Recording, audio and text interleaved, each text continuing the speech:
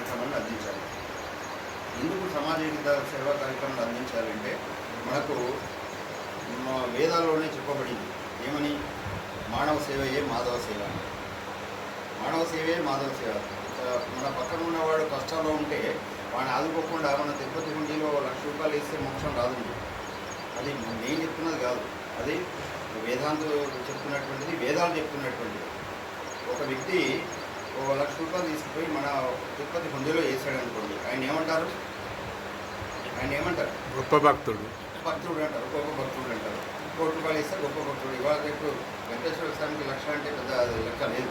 So 1,00,000 వేస్తే భక్తుడు, 1,00,000 రూపాయలు ఇస్తున్నాం పెద్ద భక్తుడు అని చెప్పి చెప్తారు. సపోజ్ ఇక్కడ ఆటోతో అలవాటిస్తున్న వాడికి ఇంత ఫుడ్ పెట్టామనుకోండి, ఏమంటాడు?